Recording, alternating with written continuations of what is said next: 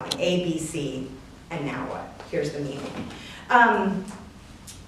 So there's the structure, beginning, middle, and end. And the way that I think about storytelling that distinguishes it from essay is that it happens in scenes.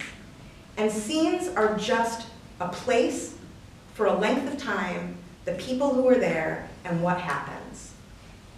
So if you find yourself telling someone about how you felt about something, and you're like, oh, I guess we're not in a place. It's not a scene unless you can identify where you are, what's going on, who's there, for how long. So scenes, for my money, are the building block of story. And people, of course, use different language around all of this.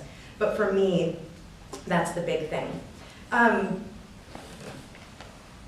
And all of this is on the thing that you can't see. I provide that handout just so if something gets stirred up in you, you'll have sort of a shorthand to think back about what we talk about.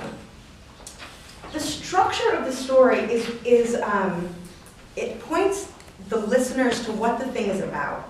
There's a difference between what happens in a story, A then B then C, and what it's about, the meaning. And Colton and I and some other folks talked about this, like what emerges first.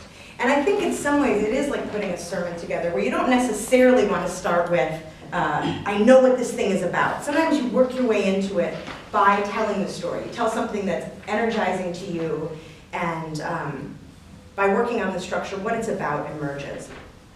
But I want to give an example of that because it's confusing even to me just talking about it. So when I was a little kid, one of the things that my dad did on the regular was he would take my laundry and he would fold some of it, and then the rest of my laundry he would fashion into